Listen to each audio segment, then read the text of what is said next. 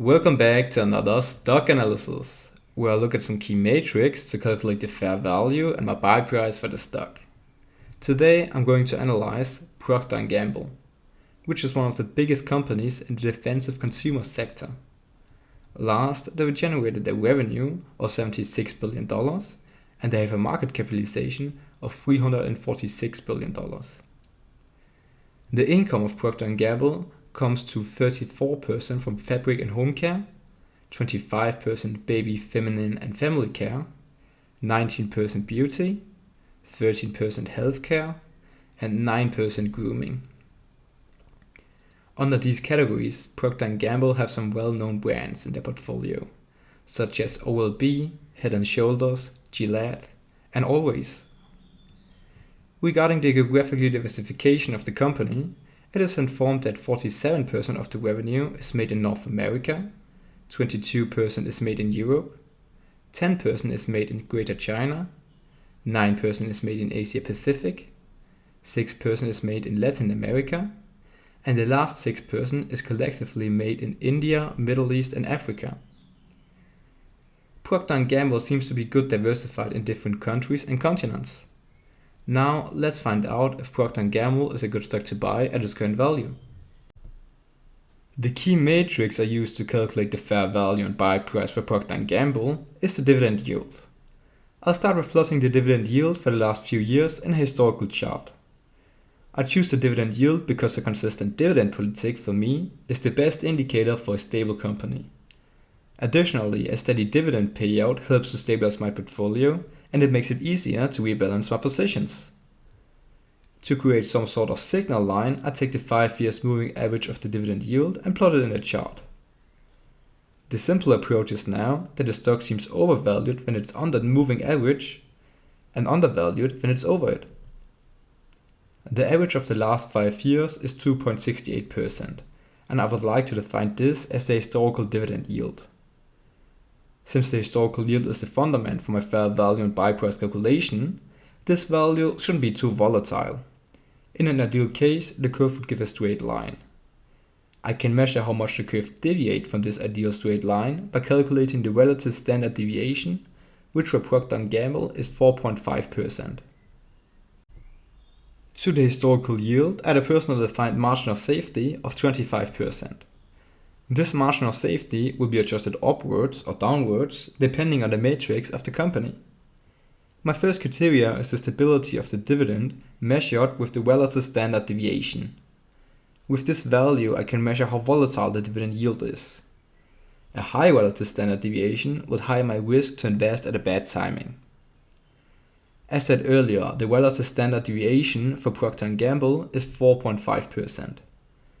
This value is in the green section of our weighting scale. Therefore, I subtract 5% from the margin of safety. As a dividend investor, the dividend growth of course is a very important matrix for me.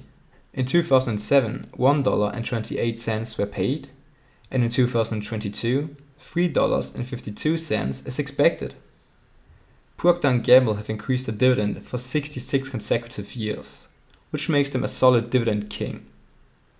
In the last 5 years, the average dividend growth was 5.5%.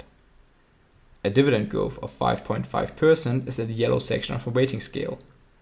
Therefore, the margin of safety doesn't change. By looking at the payout ratio, I'll find out if this dividend growth is sustainable for the company. I always look at the payout ratio in respect to the free cash flow, which is the cash flow the company has available after they've paid all necessary expenses. The free cash flow from Procter & Gamble has increased from $11.2 billion in 2018 to $15.6 billion in 2021. The cash dividend were respectively $7.4 billion and $8.4 billion. The average payout ratio thereby becomes 59%. This value is once again in the yellow section of a weighting scale, and the margin of safety doesn't change. Next, I'll take a look at the debt situation. The company has a debt of $30.9 billion and have $10.3 billion in cash. When the cash gets subtracted from the debt and this value then gets divided by the EBITDA, the debt to equity ratio is found. The EBITDA is currently at $20.7 billion. This leads to a debt to equity ratio of 99%. The debt to equity ratio tells us that the company could pay off the whole debt in under a year if they used all the cash and EBITDA for this purpose. This value is just inside the green section of our rating scale. Therefore, I'll subtract 5% from the margin of safety. For the business to be sustainable, growth is a very important factor. The revenue has increased from $65 billion in 2017 to $76 billion in 2021. This gives an average growth of 4%. In the same period of time, the EBIT increased from $14 billion to $18 billion.